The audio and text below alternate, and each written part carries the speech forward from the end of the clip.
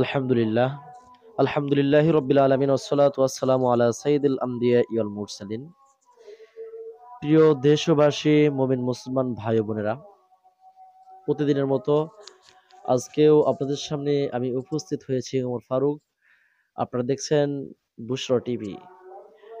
আজকে আপনাদের সামনে আলোচনা করব খুবই গুরুত্বপূর্ণ একটি বিষয়। এই বিষয়টি হচ্ছে স্বামী স্ত্রীর মধ্যে মিল মোহাব্বত হওয়ার জন্য যে কিছু কার্যক্রম বা কিছু আমল রয়েছে, এই আমলগুলো আমি আপনাদের সামনে উপস্থিত করার চেষ্টা করব। আর আমি আমার এই চ্যানেলটিতে বিশেষ করে প্রেম ভালোবাসা সম্পর্কে আর বীর্য স্তম্ভন সম্পর্কে বা শারীরিক অবস্থা সম্পর্কে বিভিন্ন ধরনের ভিডিও আপলোড করে থাকি এবং কি করেছি। আপনারা চাইলে ভিডিওটি এই চ্যানেলটি ঘুরে আসতে পারেন, আপনাদের চাওয়া অনুযায়ী কোনো ভিডিও পেয়ে যেতে পারেন। তো আজকে আমি বলবো, প্রায় জায়গায় দেখা যায়, শোনা যায় স্বামী স্ত্রীর মধ্যে ডিভোর্স হয়ে যায়। এই ভিডিওটা যদিও আমি দীর্ঘ লম্বা করতে চাচ্ছি না, তবে আমি চাচ্ছি কিছু কথা আপনাদের বোঝানোর জন্য। যদি না বুঝিয়ে বলি তাহলে কিন্তু আপনাদেরও বুঝতে অসুবিধা হবে। আর যখন আপনারা বুঝতে পারবেন না তখন আমল করতে বা আহ, অসুবিধা হবে। এজন্য আমি চেষ্টা করব কিছু কথা বলে শুধু আপনাদেরকে বোঝানোর স্বার্থে। একটু যদি ভিডিওটা লম্বা হয়, আপনারা অবশ্যই শুরু থেকে শেষ পর্যন্ত দেখবেন। এরকম ভিডিও আপনাকে কেউ এর পূর্বে ইউটিউবে দিয়েছে কিনা সেটা সন্দেহ।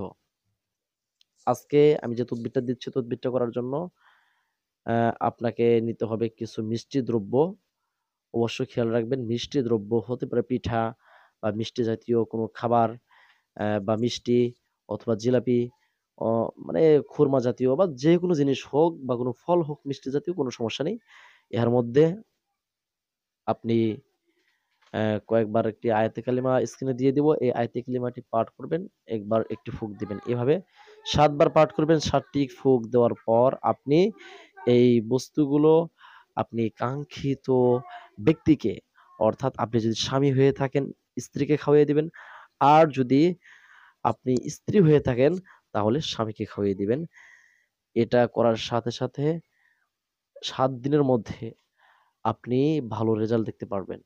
অর্থাৎ এটা খাওয়ানোর পর আপনার স্বামী বা আপনার স্ত্রী আপনার কথা মেনে চলবে, আপনার কথা শুনবে, আপনার কথার বাইরে সে চলবে না। এই আমলটা বেশি দিন করতে যাবেন না বা বারবার করতে যাবেন না। বারবার করতে গেলে আপনার স্বামী বা আপনার স্ত্রী এমন অবস্থা হবে যে একেবারে বোকা হয়ে যাবে। আর বোকা হয়ে গেলে আহ, সেটার দ্বারা কোনো ভালো ফলাফল আশা করা যায় না। যদি একেবারে বোকা হয়ে যায় তাহলে সংসার তার সাথে করা সম্ভব না।